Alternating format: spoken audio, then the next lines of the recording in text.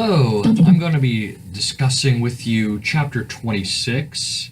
We're in the second to last module in the course now, and chapter 26 in your textbook. So if you get your textbook out, I'm going to go over a few things in this chapter with you and clarify. You know, you've already studied with the reading of Ordinary Men by Christopher Browning, a bit of the Holocaust, the origins and the early stages of the Holocaust. I wanted to give you an overview of this as well. It's the Great Depression sets in 1929, beginning in the United States actually, but then spreading worldwide. It spreads in part because also the reaction of politicians in governments and states around the world to the Great Depression, because they started throwing up all of these big tariffs, and they essentially cut off trade. You know, when times get tough, people get defensive, and they threw up these barriers to trade, and that really helps to ensure that the much of the 1930s is going to be tough. You know, free trade kind of freezes up for a while. Modernization does continue during the Depression. This is the process by which economies and governments modernize. That's the technological changes that bring on more and greater efficiency, right? This has been really increasing ever since the Industrial Revolution, which we talked about at the very beginning of the semester. It picked up with the Second Industrial Revolution and the advent of the assembly line, and it continues during the Depression. But the Depression, you might say, throws a monkey wrench in some ways into modernity. It slows it down, and it sends it spinning off into new directions, political directions, specifically in the area of the rise of these radical ideologies. The triumph of totalitarianism, your textbook calls it. You can look on page 878 on that section on the triumph of Italian and German fascism. But those weren't the only totalitarian states. You also had the Soviet Union. All of these states would use political violence. All of these totalitarian states would use, political violence. Totalitarian states seek control over all aspects of society, to centralize control, to ensure obedience. Stalinism is probably the most notorious and perhaps the most insidious of these totalitarian regimes. They enacted coercion and violence at almost every level. And especially violent were the push on to collective farms under Joseph Stalin. But in some respects, during the 1930s, his 5-year plans were somewhat successful. At least they seemed to be successful in the light of what was happening around the world with the Great Depression, where capitalist countries, Soviet Union is a communist country, capitalist countries were almost in economic free fall, right? Their gross domestic product, the amount of goods they were producing, was falling, and it seemed like the Soviet Union was actually increasing. Some of this was actually just fudged numbers, but there was some truth to the fact that the Soviet Union was able to grow during the Great Depression. They had a militarized economy, meaning they produced a lot of heavy industry. Factory output soared during the Depression, but you know, you have to take that with a few caveats, right? At what cost? You know, all this forced collectivization on the farms, the growth of a new bureaucratic elite. These were the new elite in a communist system where everyone was supposed to be equal. There's no quality control over the goods being produced either. And the communist officials themselves benefited the most.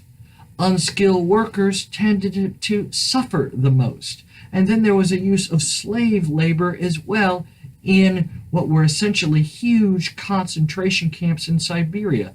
sometimes called, it was made famous by Solzhenitsyn in a memoir, autobiography called the Siberian Archipelago. Archipelago means an island, but islands, a string of islands, but it was a string of islands or work camps across Siberia where you didn't want to be sent, right? Where you would be worked to death. Looked impressive, but at what cost? In other words, mass famine, labor camps, and ultimately mass murder. Look at that section on the purges under Joseph Stalin. These violent purges where he essentially murders, arrests, and then murders many people within the Communist Party who he feared of disloyalty. And then we have the rise of Nazism in Germany. Hitler and his National Socialist Workers' Party.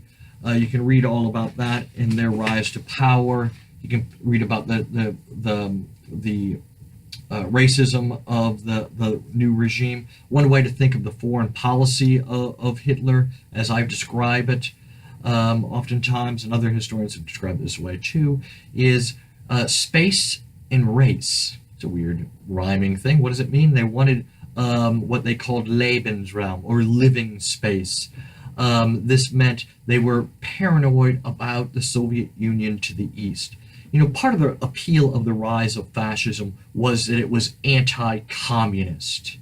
Fascists said Mussolini, he was the one who invented fascism in Italy right after World War II, came to power by complete power by 1923. Hitler is a big student of Mussolini. He tries to simulate his rise to power. And Hitler's National Socialist Workers' Party comes to power because they say that the democratic societies are weak, especially against fighting communism. All of these countries had strong communist movements. Germany's communist movement wasn't as large as a social democratic party movement, but some of the social democrats were sympathetic with the Marxists, and especially in the Great Depression, because they seem to see, I say they seem to see because that's what they thought they saw, this economic miracle. It's like, oh, communism really does work, and capitalism really is breaking down. Race and space was that idea that Germany needed to have space between itself and the Soviet Union. It needed some sort of buffer between that, and actually Hitler, once he comes to power, begins talking more and more about how ethnic Germans living outside of Germany need to be united with the German people, right? And there were Germans living in places like the Czechoslovakian state, which had been created after World War I. This creates the Munich crisis. And then Hitler and Mussolini, of course, are becoming increasingly aggressive. Italian invasion of Ethiopia. The League of Nations is kind of impotent to do anything about it. And then the League of Nations stands on the sidelines as well as Germany rearms and begins to break the treaty. Then there's this argument with Czechoslovakia about that little strip of land called the Sudetenland. The Munich crisis then becomes the Munich Agreement when Neville Chamberlain, the British Prime Minister, famously meets with Hitler in Munich. They sign this pact. Hitler says, all I want is this little strip of land called the Sudetenland. Chamberlain says then he comes back he actually flies an airplane back to Great Britain. He gets off the plane in London, holds up the paper famously, and you can watch the YouTube video of it, and proclaims, I've been able to establish peace in our time. I have Mr. Hitler's signature on this piece of paper. Peace in our time, right? Spoken a little bit too soon. There's even evidence that This is beginning to be the age of the soundbite, that Neville Chamberlain felt like he spoke too strongly and optimistically about his agreement with Hitler. Of course, Hitler rolls his tanks not into just the Sudetenland, not just into that little strip of land that they agreed that Hitler could have, but he keeps right on rolling his tanks and army right into Prague, the capital of Czechoslovakia. And as I say in my lectures in class, oftentimes in this part of history, he takes the whole enchilada, the whole country. This doesn't spark World War I, but there will be no more agreements after this. This is 1 year before the beginning of World War II. What will spark exactly the war, what will spark the war, will be the invasion of Poland about a year later on September 1st, 1939. Then Britain and France, fearing that Hitler is going to continue his aggression, they said we said this was a line in the sand, and we will declare war, which they do 2 days later on September 3rd. Now, the war itself is going to create lots of new developments. This great alliance between Great Britain, France, and they're going to be fighting Germany alone. Keep that in mind. For the first 2 years of the war, it's basically France and Great Britain against Germany. And one of the other things that starts World War I is the communist Nazi communist non-aggression pact. Sometimes it's referred to as the Ribbentrop-Molotov agreement, communist Nazi agreement. Those are two names that it's come. This was a secret agreement behind doors where the unthinkable actually happened. You know, the reason why the war began on September 1st, 1939, was because Hitler and the Soviet Union had actually signed an agreement to split Poland between themselves. You know, Poland is not just invaded on one side when World War I begins. It's invaded on two sides. Well, a couple of weeks later, the Soviet army invades from the east. But notice that the Allies only declare war on Germany, not on the Soviet Union. So keep that in mind. There's a whole war that begins to erupt in Eastern Europe then as well, because the Soviet Union will attack Finland at this time, where it will be a disastrous beginning of the war for them. They'll lose 1 million men. Keep that in mind, 1 million men. The United States hasn't even had a war where 1 million people have been lost. What is the Civil War? Lost 600,000 people. Hugely bloody war, the bloodiest war of American history.